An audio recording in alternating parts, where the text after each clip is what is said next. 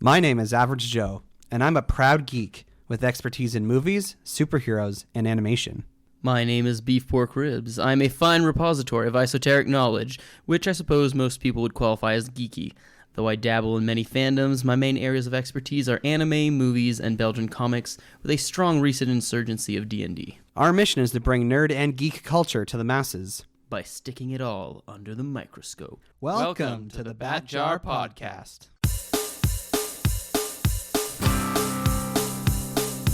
Movies, comics, graphic novels, TV, cartoons, animation, nerds or geeks, entertainment culture. Hear it on the Bat Jar, Nerdy Power. Nerds and geeks, come gather around the scene. Come and join us in the Bat Jar. Come and tune into Average Joe and DC. Lots of room here in the Bat Jar. When the newest nerdy news drops, these podcast pals put it under the scope. DC, Marvel, Disney, Star Wars, cinematic multiverses. Bat Jar, Nerdy Power. Hello there, and welcome to the Bat Jar Podcast, where we put nerd and geek culture under the microscope. Sadly, Beef Pork Ribs is incapacitated and cannot join us for what will be the celebration of the Bat Jar Podcast's 5th anniversary. I am not here celebrating on my own. I brought back a special guest, someone who hasn't been on the show. I had to look it up. He was last on the show in March of 2019 when we talked about the Captain Marvel movie. So we welcome back, I say we, meaning myself and the Bat Jar, of course. Welcome back, One Shot, to the Bat Jar Podcast. Thank you very much for having me, and I'm so happy to be here celebrating your 5th anniversary with you. I feel blessed. I feel special.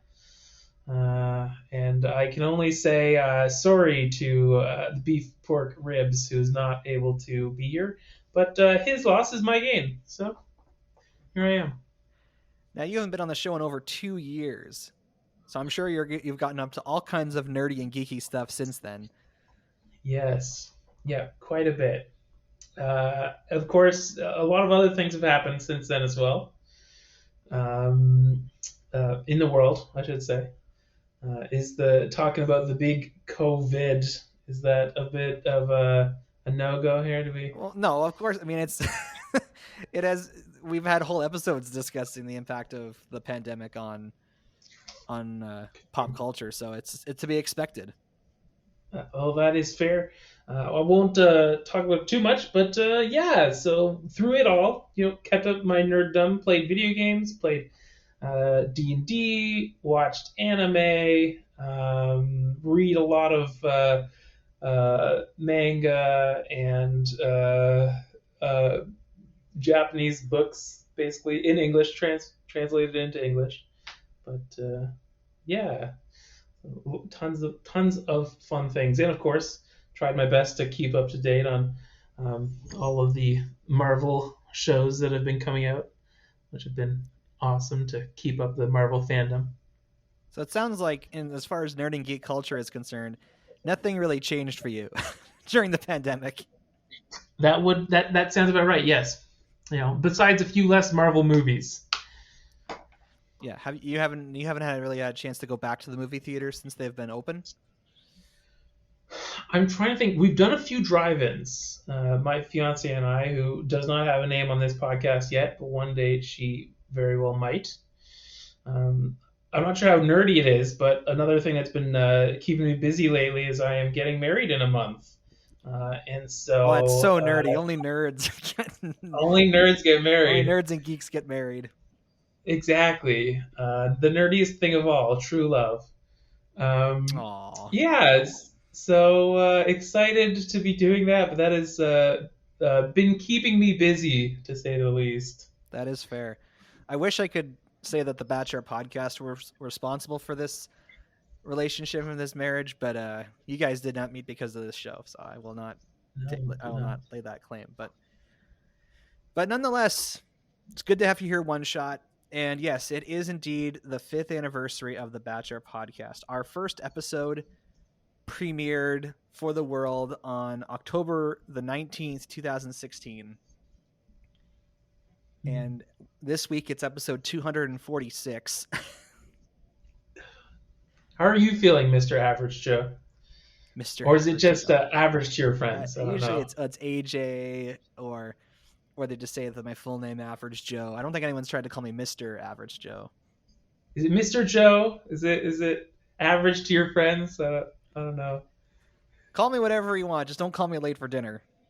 Uh, But nonetheless, we were living together up until 3 months before this podcast started. And I'm trying to yes. remember. I don't feel like was the podcast something I ever spoke about when we were living together? Not that I can like conceptually remember. I'm sure there was like times when you like talk about like something like the brief spark of interest in it, but not that I can recall. Yeah. The way I, to bring everyone else into the origin story, I'm assuming not everyone's been listening since the beginning. After I moved out of the house that One Shot and I lived in together, I had a roommate who was much less into nerd and geek culture. And so while it was very normal for One Shot and Beef Pork Ribs and our other roommates and I to watch anime or superhero movies or anything like that together, when I moved into my apartment, I only had one roommate and I would like watch Dragon Ball Z and he had never seen it before. So he would sit down and try to understand what was going on. That was Asian John, right? That was Asian John. That's right. And I found the conversations very interesting to see a man, like a fully grown adult who had never been exposed to Dragon Ball Z, trying to understand it, being exposed to it for the first time. And it just happened that he owned all the necessary audio equipment that would be needed to start a podcast. And I kind of pitched it to him. I said, like, what if we did a podcast together? And that was the whole gimmick, that I'm the person who is super invested in everything and you're just sort of learning about it for the first time. And he was super into the idea. He thought it would be very fun. And all the advice I got from the internet about starting a podcast, they said, just start it. I guess the tendency is a lot of people who want to get into podcasting want to do a bunch of practice episodes and release the first one that seems really good. But the people online just said, just start putting it out and, refine your craft as you go along, and to be consistent with whatever you put out, to like have a regular release schedule. I will say, you guys clearly super regular. 246th episode, and I gotta say, in 5 years, that must mean you only missed like a handful of episodes. Probably about 10 or so, eh? Over the course of 5 years, that's amazing. Yeah, we've been very blessed with consistent schedules. Admittedly, the pandemic kind of helped with that, because for a long time, people weren't going out or doing anything. So once we figured out how to record virtually and remotely, it made it very easy. Like there was a time when if I wanted to record a podcast with somebody who wasn't Asian John, I would have to bring all the sound equipment with me and travel to where they were and set it up in their dwelling place. So I can think of many times I was like a mobile studio driving around. Or I remember several times when we were knocking knees at your table, just, okay, let's try and get in here. Let's do a sound check. How are we sound? How are we doing? I'm sorry. I apologize for any of you who are listening to my audio. I'm sure it's pretty crappy, but we're doing our best here. I will say, as someone coming into this, I haven't been here since the pandemic, and just this online format seems to work pretty well. And I can say I'm snuggled up here, nice and comfy, and I don't know, it's working great for me. Well, I'm glad to hear that. But yeah, I guess the podcast initiated from my idea, and Asian John kind of just went along for the ride. And in those early episodes, we really developed that rapport, that idea that he was the casual fan who was just learning about a lot of this stuff for the first time, whereas I was the expert and was basically sharing all of my knowledge with him. And often his more casual remarks would kind of like trigger a reaction in me, and that was a source of a lot of humor. But of course, the show changed over time because Asian John started to become more familiar with a lot of these different franchises and things we were talking about. We started covering material that I wasn't really familiar with, so I was the one learning about stuff. We ended up bringing a whole cavalcade of guest hosts into the show, yourself included, One Shot. And, we've experienced a lot of transition as a show. We've had 1, 2, 3, 4, 5 different co-hosts over the course of the 5 years. And it doesn't work out perfectly to be like one a year, because Asian John was the full-time co-host for just over 2 years. His last episode was shortly after our 100th episode. And then, of course, our friend Pixel Patch came in, and he was the regular co-host for about 6 or 7 months before his personal situation changed and he wasn't really able to come back. And then we had an interesting rotation going on where Dr. What would be the co-host one week, and then Ben the Movie Buff would be the co-host the week after. And that kind of went on for about 6 months. It was a lot of extra work scheduling, working with 2 different guys' availability and just one. And that's when Beef Pork Ribs came along at the start of 2020. I think it was like the first episode we did in January 2020, where he came on as the committed co-host. And from that time on, it's been almost 2 years now, as we're getting towards the end of 2021, that Beef Pork Ribs has been the dedicated co-host. And you're right. We have only missed, maybe like 10 weeks. It's been a lot of, like, obviously weeks off for holidays and whatnot. So there's going to be an opportunity for another milestone soon. We're going to be celebrating our 250th episode next month. So I don't want to get all the celebrating out of the way now. This was more so just to acknowledge that, we've reached 5 years as a podcast. I'm glad I took the advice of those articles I read to just put something out there and be consistent, because knowing Asian John and myself, I think if we had waited until it was the best it could be, it would have never, ever gotten posted. Well, I will say, from what we've talked about before, I know how much you've enjoyed doing this, and so I can see it's done good things. And I can totally see the wisdom in that. Do you have any wisdom on 5 years? Are you celebrating too, I should ask? You celebrating there with a nice drink of any sorts, or is that wait until 250?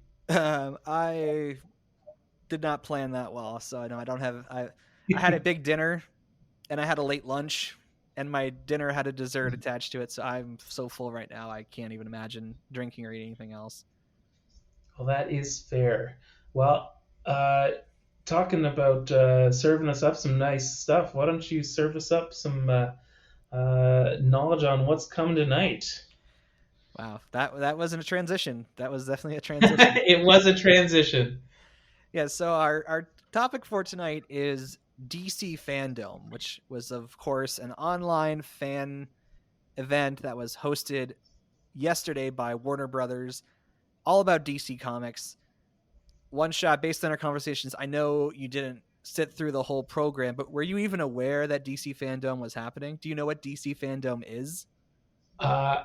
I never heard of DC Fandome until today. I assume that they have their various conventions, such as Marvel does, and so I assume that they did something like this. But I didn't know that they were doing this yesterday. I didn't know that they were putting this on. So, as you know, with the pandemic, Comic-Cons as they used to happen haven't happened. We're still not at the point where we can have gatherings of tens of thousands of people indoors in convention halls and stuff. People passing by each other, sitting next to 500 strangers. So, and this is normal. These are the places where companies like DC would promote all their upcoming TV shows, video games, movies, comic books, multimedia stuff. They would do all these different things at the Comic-Cons. And Comic-Con International, the big one that everyone thinks about, they had to convert to being online last year. And for whatever reason, DC decided, instead of releasing all of their content in conjunction with Comic-Con online, they created their own online event last August called DC Fandome. And so it was Basically- like it was presented as a all-day event, but it was basically like the same like 4-hour content block that was then played over the course of 24 hours. So it was like available in different, regions of the world at different times. But you never heard about it.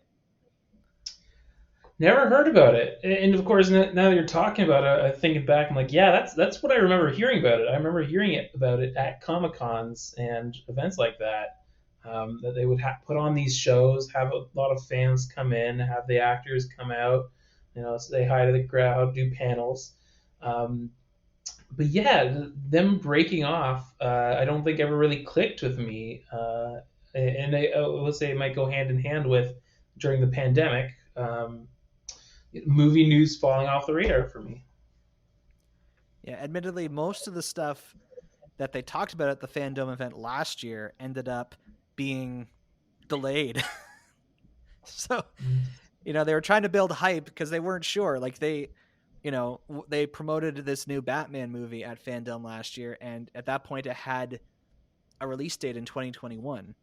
But of course, the pandemic did not pan out as they would have hoped, and so that release date was pushed to 2022. Were there any other movies that were announced then that have either been shown now or have release dates at some point in the future? Yeah, several. Like most of the things that they mentioned at the event last year were called back to at this one. But we're not talking about the one from a year ago. We're talking about the DC Fandome 2021 that just happened yesterday. And by yesterday, I mean Saturday, because people are going to hear this on Monday. So it's actually like 2 days old. Before we talk about specific things that were released during Fandome, I just want to give some comments about my experience. Aloha. Hey guys. Hey. DC fans. DC fans. You are a DC fan like me. This is going to blow you away. Come join me. Join me. Join me. Join me, Jason Momoa. Quintessa Swindell. Grant Gustin. Sasha Kadri. Tyler Hecklin. Lucy Liu. John Cena. Zoe Kravitz. Justin Hartley here. Come join me at DC Fandome. DC Fandome. DC Fandome. DCFandome.com 2021. 2021. 2021. 2021. Tomorrow. Tomorrow. Tomorrow. Tomorrow. Tomorrow. Tomorrow. Tomorrow. It's all here. One of a kind moments. Anything can happen. For you. The fans. See you there. I promise you, you won't want to miss it. First of all, I did sit through the whole event. I started right at 1:00 Eastern Standard Time. And I was gonna say I saw a look at the video and it seems to be 3.5 hours or so. Yeah, it was like 3 hours 45 minutes, and it was nonstop. Like there were no commercial breaks or anything. They just kept having transitions from one thing to kind of like an award show. It's like coming up soon this, and then it's like coming up next is this, and it I guess it just worked better my schedule this year to sit through the whole program.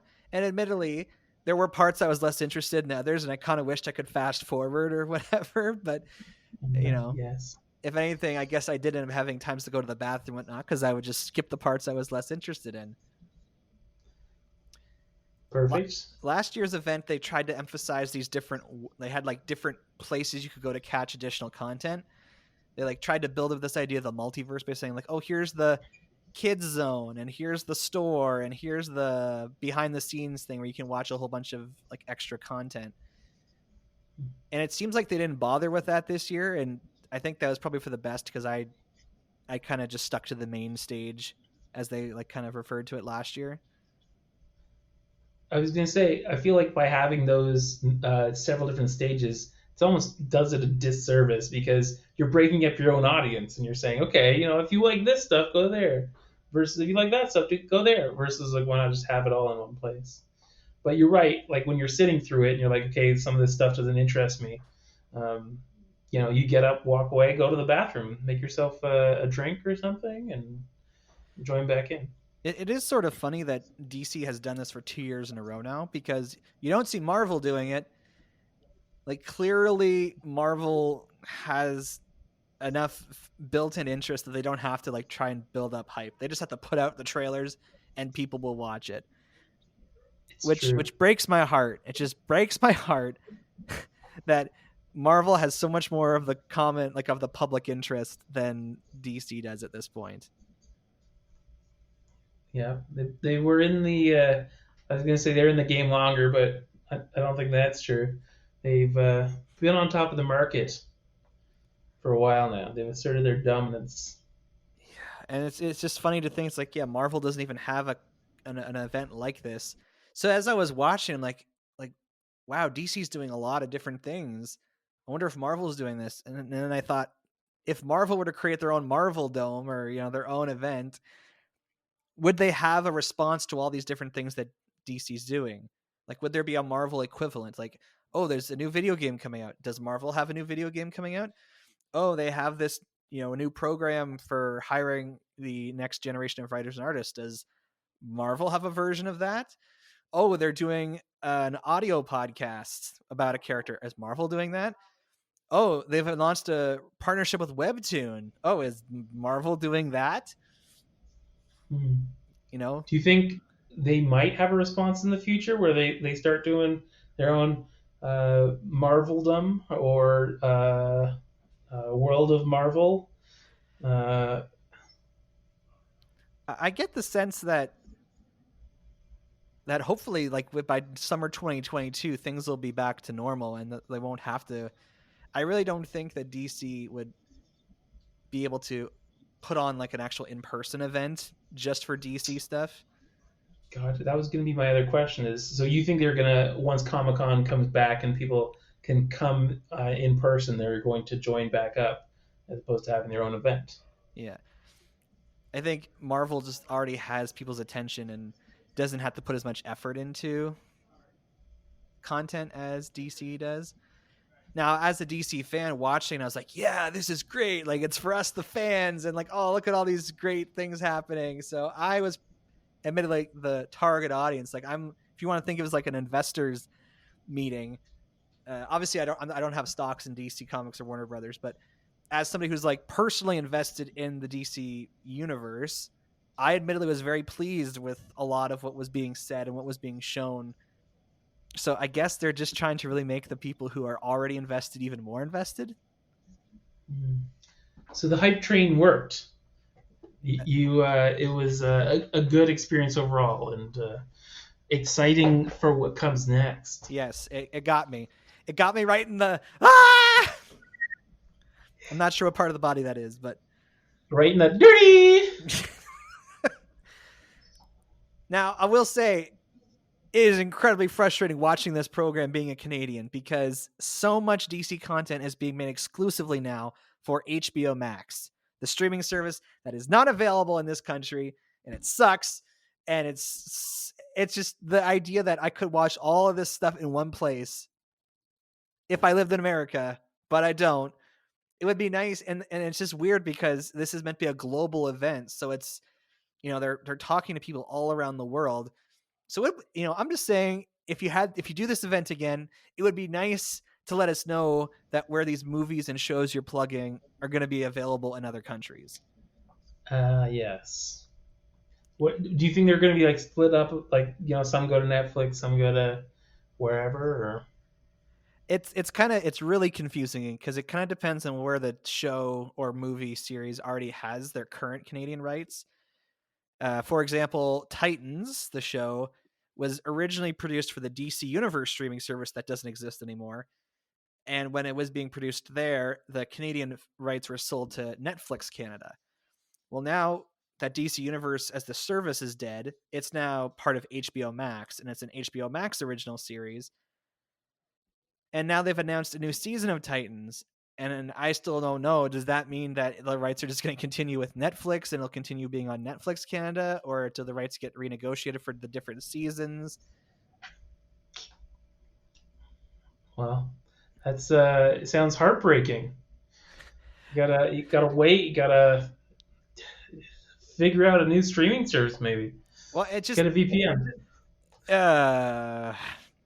I guess what I'm just complaining about is that if you market this as a global fan experience, it was very blatantly US centric, like highlighting how a lot of this content is being made for an American service, and there were like some contests where like only US residents were eligible to be entered. So you can't have your cake and eat it too. You can't say this is a global experience, but then have it US centric. Yeah, that sounds super frustrating as a fan to be like, Oh yeah. what the Gibbles? So just some random tidbits that stood out to me from the experience. For one, they did some interviews with actors, of course, and one of the funniest Easter eggs I thought was they had an interview with Matt Reeves, who's the director of this new Batman movie, and he was talking to Robert Pattinson, who is playing Batman in this new movie, and they mentioned that for his screen test, he wore Val Kilmer's Batman suit. Now, I find this interesting because I've seen the screen tests for Christian Bale for when he played Batman, and he also wore Val Kilmer's Batsuit during his screen tests. So my question is the Val Kilmer Batsuit just the Batsuit to wear when you're doing screen tests to like see if you'd make a good Batman or not? I get it's all being based off of Val Kilmer's Batman suit. I don't. That's a good question. I guess Is it's he just seen? Is he seen by the movie by the directors as the Batman? I really don't know. I don't. It just seems odd to me that this is the second time that they've screen tested actors to play Batman using the exact same like model of Batman costume, especially considering now there's so many more Batman costumes available compared to like when Christian Bale would have been originally auditioning for the part. So maybe they should just make it that way, that it's going to be the Batsuit forever. I don't know if you know this, One Shot, but Superman has always had like a motto that he's sort of like, it's been like his like mission statement, you could say. Okay. I did. I feel like once I hear it, I'll be like, oh, of course. Off the top of my head, I cannot think at all as to what his motto is. So he always used to say, "I stand for truth, justice, and the American way." It was very much popularized in the Superman movies from the 1970s, where Christopher Reeve played Superman. And that's been his kind of tagline for all these years. But at Fandome on Saturday, they announced that he has a new mission statement. Really? Oh, yes. And tell me Well, if was this it good? Tell me if this is spicy for you. So his new mission statement is that he stands for truth, justice, and a better tomorrow. I think I can get around that. I think I can get that straight in my head. I was gonna say, what was the overall reaction? What as a fan, as a long-term fan, what were your thoughts on it? Because for me, I'm like, yeah, it's not American centralized anymore. It's just a better tomorrow. It's more, I guess, universal in its way. But as a long-term fan who's like grew up with that motto, does that change anything for you? It does feel a little political, just because I know like the impression of the United States of America in the global community has changed over the years. And even within the United States, like the impression of what the American dream is has kind of fallen under scrutiny. But I'm kind of in the same mind as you, that the words themselves, a better tomorrow, to me, like the spirit of what was embedded in him saying the American way, it's fine. Like it, the spirit of the words are still there. Like it's just, he's less blatantly associated with, I guess, the United States of America now. With one particular country, but you're right. The heart of the message is still the same. The words are different, but the heart is there.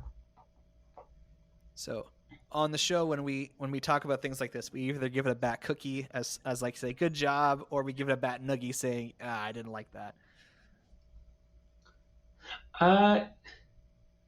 See, it's an odd thing, because for me, I'm like, why do we want to be like, oh yeah, good job, you did a good thing here? Because for me, I'm like, yeah, sure, it's a change, but also, I don't know, I don't feel like it was necessarily a change that needed to be made. So I'm like, well, I'll give it half a cookie and then a bit of a nuggie. So we call them Thinsation bat cookies when they're like little treats. So it sounds like you're giving Thinsation, yeah, okay, I'll give it a Thinsation bat cookie. Okay, I'll give it a full bat cookie. I think it at this. Although, well, it does feel a little political. I think it's probably for the sake of moving forward in a global world, it makes sense. So there you have it. They also announced a program called DCNG, and it's like DC Next Generation. So what they're trying to do is find the next generation of writers and artists, and specifically like trying to find more writers and artists who are from components of the population that are underrepresented in comics. There was one little panel during the event where they explained that only like 6% of comic book writers and artists are African American. When you consider they're a much larger percentage of the American population, just as an example, it just shows that there's clearly an underrepresentation of them here. So hearing about that this program exists, and I mean, not knowing the stats on like what the demographics were of the industry, I was like, this sounds like a good idea. Trying to give people from, it didn't sound like they were only targeting, young people who are from underrepresented communities. It sounded like it was an opportunity for pretty much any young up and coming writer and artist to put it in their applications. Yeah. Just to create a broader, I guess, area for people in different communities and of different backgrounds to apply or to join and to, I guess, show off their skills as artists. So would you give DCNG a bat cookie or a bat nuggie? Oh, I give it 2 bat cookies. Wow. Okay, I'll give it that. I mean, that doesn't seem like any downside to me. Yeah. There were 2 video games they talked about, but they're kind of the same 2 video games that they mentioned last year, and still neither of them are coming out. Like they're both, one of them was supposed to come out in fall 2021, but it's now been pushed to 2022, and the other one is meant to come out in 2022. Like that hasn't changed. And in my opinion, we didn't get much more information than we did last year about these games. We saw like new footage from them, or like, the story footage, which is obviously always different from the in-game. Yeah.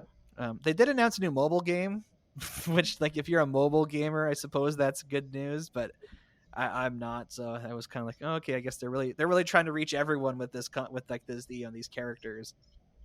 Yeah, trying to broaden the horizon. Well, I will say I am a mobile gamer, so I will check out this and report back to you my thoughts on it.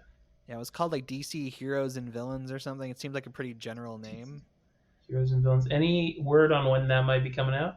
I think it said next year. Okay. So I'm not a gamer, so I'm happy that they're making these games. Like one's a Suicide Squad game that's from the people who did the Arkham series, and I'm happy they're making these games because they're reaching different audiences with DC characters. But I'm not particularly excited for those games because I know I won't play them. Yes, that is fair, and that is a conundrum. It's like it'll reach a greater audience, but also I won't get to play these. Do you ever watch the trailers and the all the cuts of the videos to see what the plots are like? Yeah, I will often go through and watch cutscenes from these games because they're almost like little movies in and of themselves. But it's not a given that I'll do that every single time. That's fair. Do you get as excited for the video game cutscenes and stuff like that, or is it just like another piece of media you'll check out? Not unless I know the voice cast. Like if the voice cast are characters that I like, versions of the characters I like, then I'm more bought in. Like the Injustice games, a lot of the cast of the Injustice games are carried over from the DC animated universe, like the Justice League show and Batman the animated series. So that's just like, oh, it's good for my ears to hear. And speaking of Injustice, that's kind of interesting because that started as a video game that then spawned a comic book series, and now they've made an animated film based on the storyline from Injustice that will actually be released digitally this week. Oh. Now I've never played Injustice. I've understand a little bit of the world from the comic, but it is a much darker take on all things DC. Superman becomes a villain basically for plausible reasons. Have you played Injustice before? I have not. Have you heard of it? I have heard of it. I've heard the name of it. I do not know anything about the plot of it. Okay, well, all that to say, video games, I'm glad they're making this content, but again, for the most part, I'm not really interested, so I'll give it a sensation back cookie.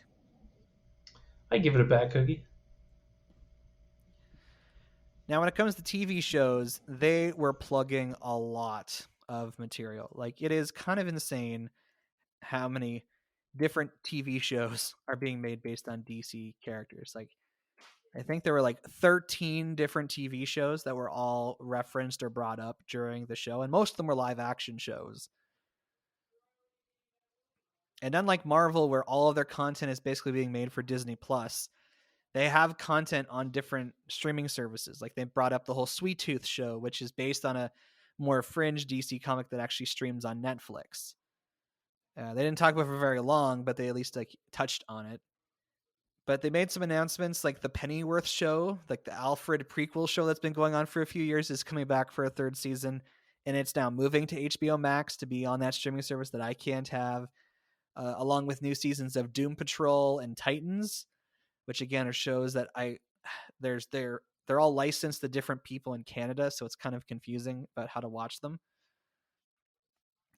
The Arrowverse shows were represented. They kind of touched on the season of Batwoman, and they talked about they did a little farewell thing for the Supergirl show because it's ending this year, but they really didn't tell us a whole lot about like for the Flash show.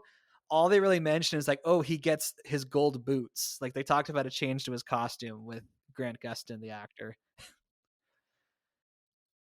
Which was kind of disappointing because they actually have that show is going to have a 5-part crossover at the beginning of its season with like a bunch of actors from different Arrowverse shows. And so to me, it's like this seemed like the perfect place to hype that up and to, you know, show some stuff. Yeah. But they kind of dropped the ball, eh? Yeah, well, I think people have said that because those shows are produced for the CW network and it's not like a movie or on HBO Max, it's kind of they care less about them. Kind of the unwanted child. Yeah. Or like, you know, adopted children or no, stepchildren, I suppose. Like, you know, stepchildren. They don't. Yeah. They kind of inherited these properties and these projects, and they're not as excited about them. So, you know, as somebody who's actually followed the Flash all the way through, it was kind of annoying to have it kind of like so little talked about. But a new show that's coming out for HBO Max is Peacemaker, which is a spinoff from the Suicide Squad movie that came out this year. And you did watch the trailer for that. I did. It was interesting, to say the least. Someone with no background on who the actual character is to, I guess, see that commercial. So based on that promo, like, would you be inclined to check out Peacemaker? Yeah, give it a look. See what it had to offer. Yeah, he's a character that a lot of people liked from the new Suicide Squad movie. He was kind of like one of the main characters. Apparently, the creator of the show, James Gunn, who people know from Guardians of the Galaxy and this new Suicide Squad movie, he wrote this 8-episode show when the lockdown started in like spring 2020. And he just wrote it as something to do, not thinking that it would get picked up by anybody. Mm-hmm. But the HBO Max streaming service, like desperate for content, they're like, yeah, we'll do this. And so they filmed the whole series at the start of 2021. So by the time that the Suicide Squad movie, where Peacemaker makes his debut, finally made it in theaters, they had already filmed this whole miniseries. Huh. That's I guess a good thing he went over well, eh? Well, he wasn't everyone's he wasn't everyone's favorite character. Like, there were people who were liked more than him. So people are like, why is he getting a spinoff? And the answer is because that was the one he wrote during the pandemic. So, you know, I was gonna say, good use of your time, eh? Write a miniseries for HBO. So I'm excited for this. I'll definitely give it a bad cookie. I give it a bad cookie for sure. Now, the new season of Young Justice is coming out, and the big surprise for that is they said, oh, the first episode's available today on HBO Max. I'm like, HBO Max! People who've listened to the show for a long time will know that Young Justice is one of my favorite shows, and it is frustrating to no end that I won't be able to watch this new season. And that means I have to work really hard to avoid spoilers online. I tracked down the third season. I had to buy a Blu-ray of it when I was in the United States last year, before the pandemic started. That was the only way I was able to get season 3, because the third season's rights were like sold to like Cartoon Network or Teletoon or something in Canada, and they just didn't put it up anywhere for streaming. And I don't have cable, so I couldn't watch the third season on TV. And I'm sorry, One Shot, that I'm complaining so much about this. Well, I know how passionate you are about them, because while we were living together, you indoctrinated a good couple members of the house. I still haven't watched it. We have a standing date to watch them together at some point. But I remember back then you were like, I think if enough people watch it, we can put together a petition and get them to bring it back for another season. And then it came back, and you were just so excited to have it. And I'm sorry to hear that you had to go through so much trouble to get it, and now you're gonna have to go through similar trouble just to get the 4th season. Yeah, and I'll say really the little promo they put out for Young Justice season 4 was awful. I was like, this. Anyway, I love Young Justice. I can't wait to watch the 4th season whenever I'll get to watch it. But in terms of its availability and how it was promoted at DC Fandome, I'm giving it a bad noogie. They did not give Young Justice any justice. Amen. I'll give it a bad noogie too. Oh, thank just you. For you, Mr. Joe. Thank you.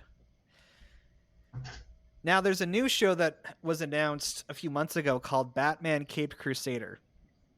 It's an animated show that's going to air on HBO Max and Cartoon Network in the United States. So who knows when or how we'll be able to watch it in Canada.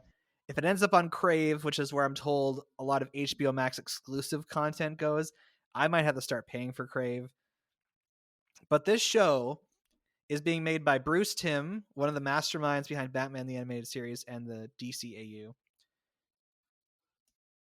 And he's teaming up with J.J. Abrams and Matt Reeves, the director of the new Batman movie, to produce this series. And they had like a little panel where they were talking about it with producer James Tucker. And they basically mentioned it's going to be more Batman the Animated Series than Batman the Animated Series was. So they're also going to draw it on black paper and then transpose it or whatever? Well, what they mean by this apparently is like when they were coming up with all the ideas for Batman the Animated Series, there were a lot of ideas they couldn't go through due to basically censorship from the network it was airing on. Like a lot of ideas had to be toned down or taken out or adjusted. So they have like their original show, they call it like the show Bible, basically, like the original ideas for everything.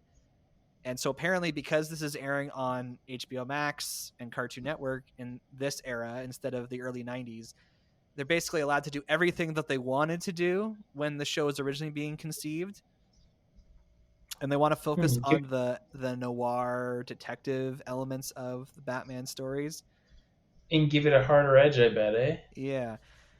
And do you think that will do it justice? Do you think that'll...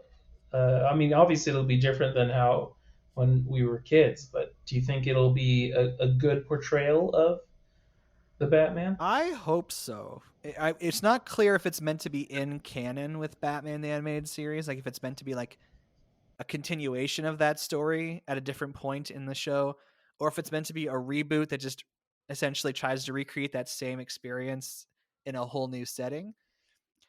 They did give us the clue that they said when Bruce Timm pitched this show, he used the short film Batman's Strange Day from 2014 when it was Batman's 75th anniversary to pitch the show to them. And it's like an animated short that Bruce Timm made that looks like his show, like his art style, but it's kind of modeled to look a little bit more like the very early Batman comics, and it has that feel to it. So my sense is that it's going to look like Batman the Animated Series, but it's going to be tonally darker and a little different. I think the big selling point for me is like if it's still Kevin Conroy as the voice of Batman or not, because I don't know if I can get behind that art style without his voice playing the character. Gotcha. Would you want other actors to reprise their roles as well? As much as possible, but sadly, a lot of the cast have passed away. Like the guy who played Alfred, the guy who played Commissioner Gordon. I'm sure there's others that I can't remember who right now. Like there are unfortunately people who were part of that show who have since passed away. So it would be impossible to bring back everyone. But certainly, at least for Batman, to have him be the same, to have like him as like an anchor, it would be great. But all that to say, I'm really excited for this. It's going to get a back cookie for me. Yeah, getting a back cookie for me. If you find a way to watch it, let me know, and we'll do a streaming party. Now they plugged a lot of movies, and some of the movies they literally all they have is a director, a writer, and a lead actor cast.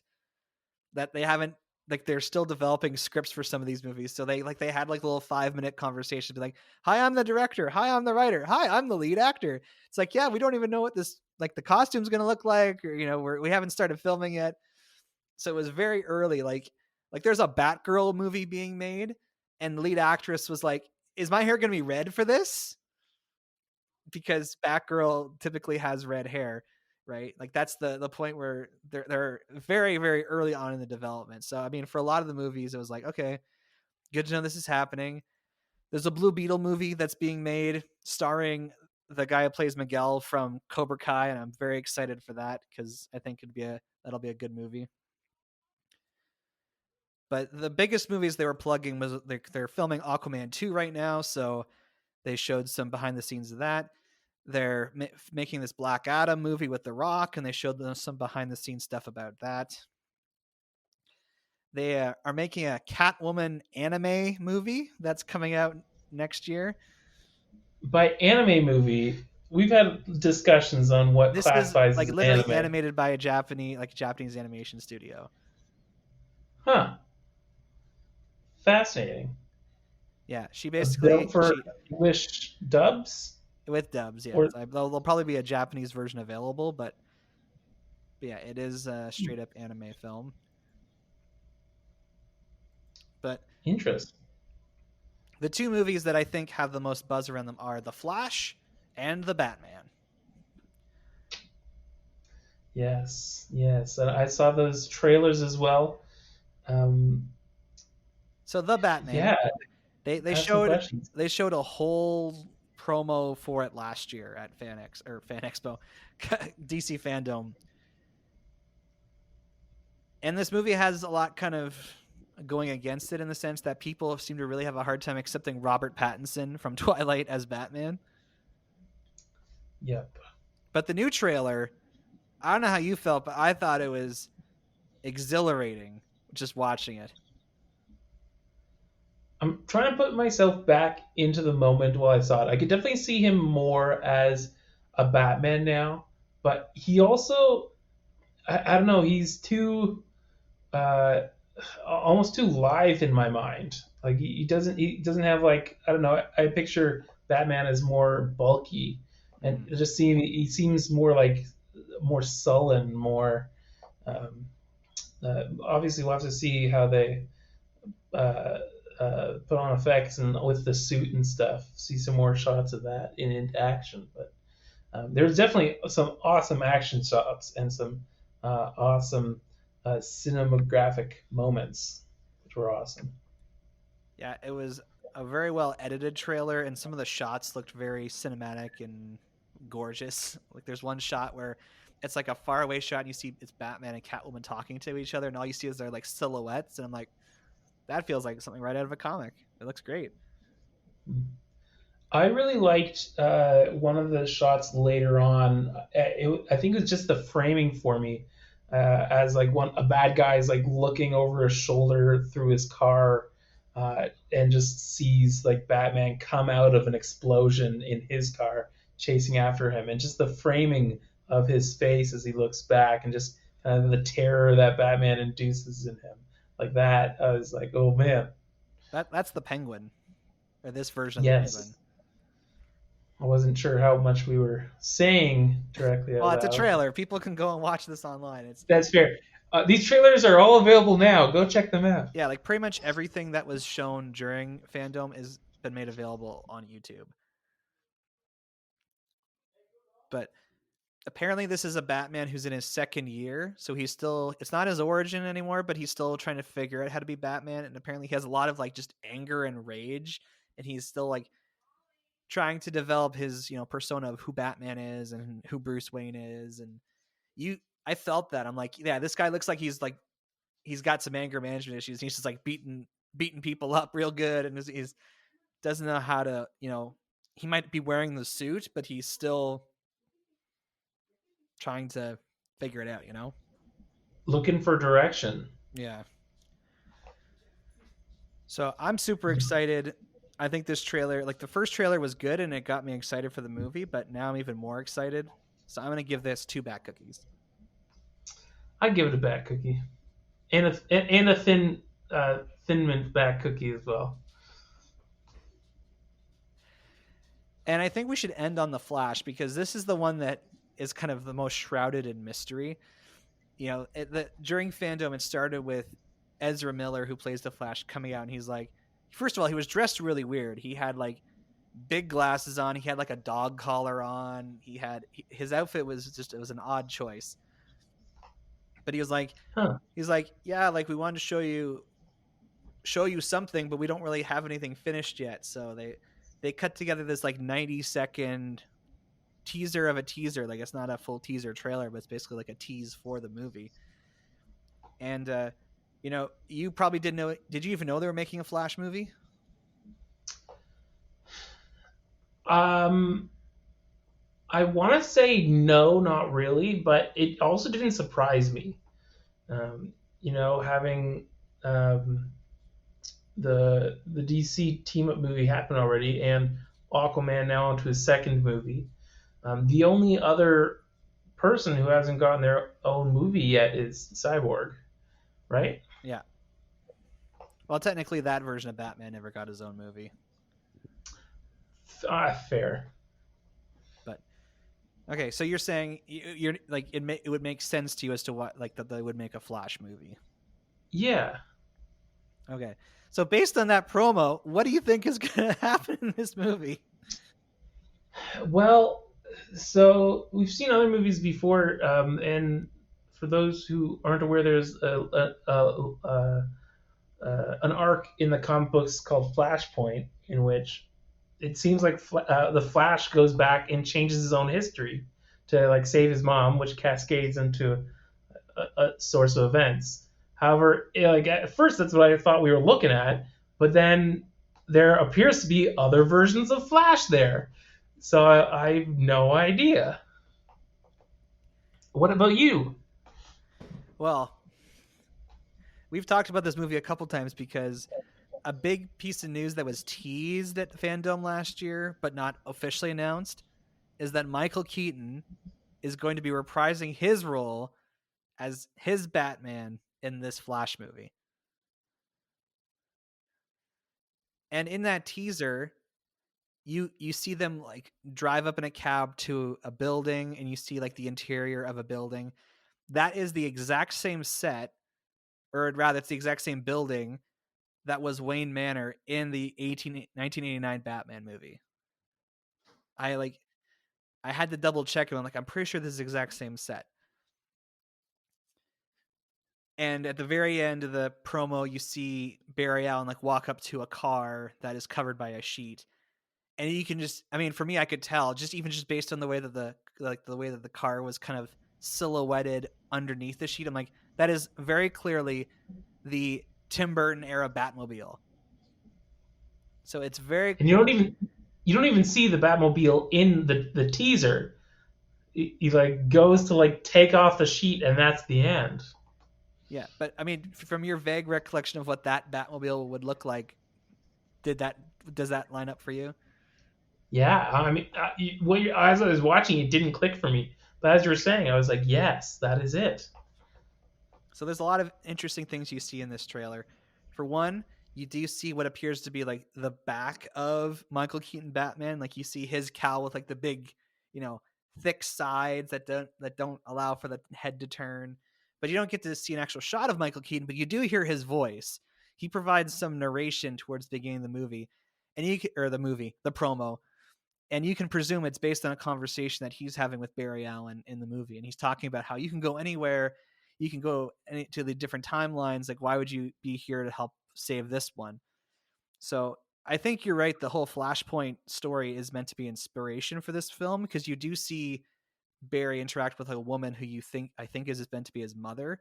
So you know that Barry goes to some timeline where his mother's alive. And then you do see one shot where Barry is talking to presumably Michael Keaton Batman. And then behind him on the one side, it appears to be another Barry Allen. On the other side, you see this film's version of Supergirl, because it was announced a while ago that this actress, whose name I can't remember, is going to be playing Supergirl in this movie. And you can see that she's wearing like the Superman shield on her chest in that shot. So I don't know what's going on. This is clearly meant to be some kind of multiverse movie. At one point you see a Batman cowl on the ground all bloodied up. Ben Affleck has been confirmed to make his final appearance as Batman in this as well.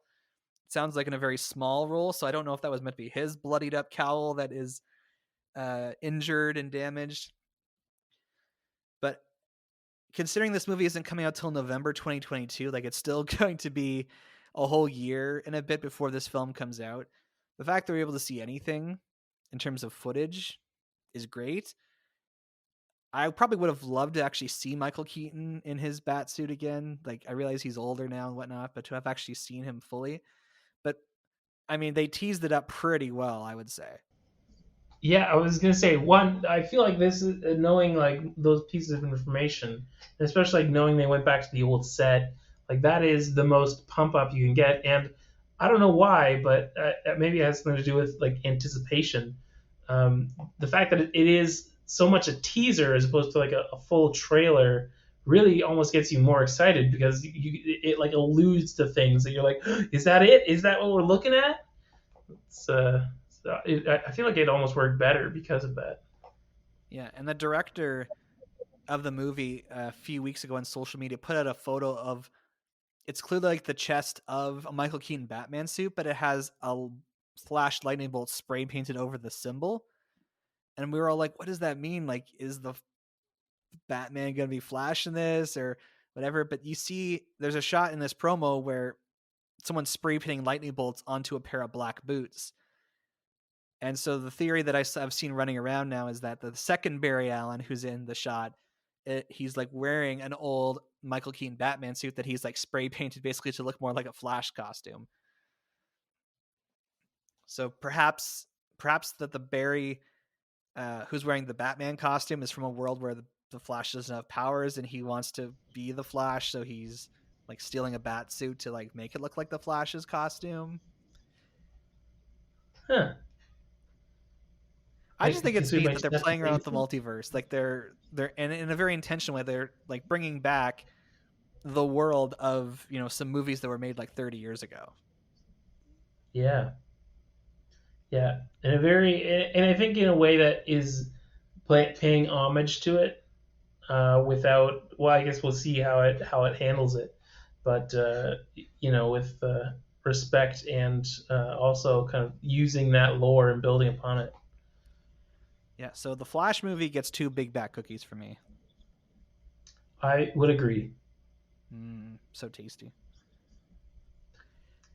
Well, there's other things that were discussed, like Smallville's 20th anniversary, and that just made me feel old.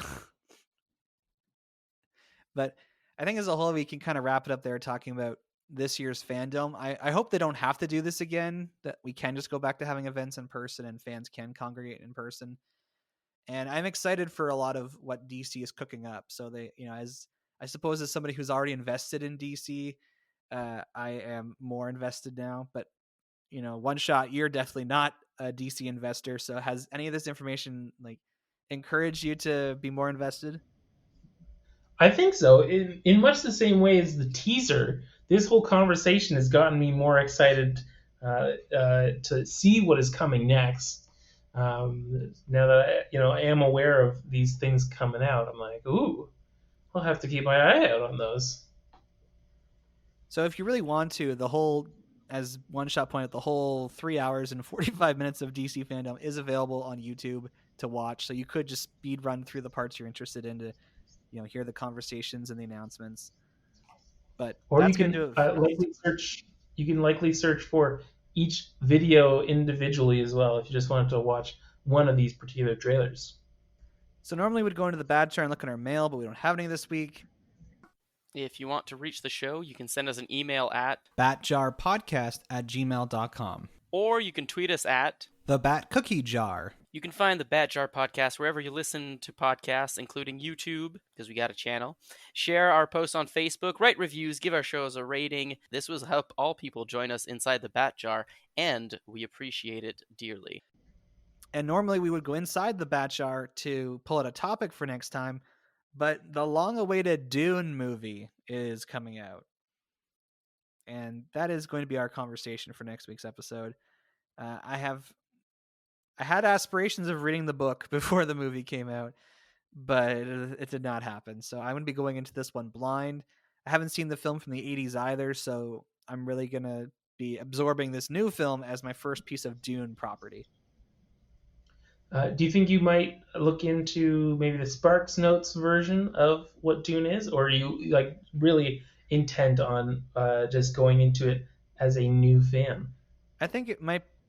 In my experience, it seems like it's better to just receive it as it is and then, criticize it in comparison to the, original material after the fact. Fair. So we'll thank One Shot for joining us this week and celebrating our 5 years. That was very kind of you to jump in here. Well, thank you, Mr. Joe, for having me. Quit calling me Mr. Joe. I'm not some kind of teacher. I don't know. For some reason, I felt really intent on calling you something very different. But thank you, Average Joe, for having me on today. I'm happy I got to celebrate your 5th year with you. So until next week when we talk about Dune, I'm Average Joe. And I'm One Shot. Catch you on the flip side. And keep on nerding it up.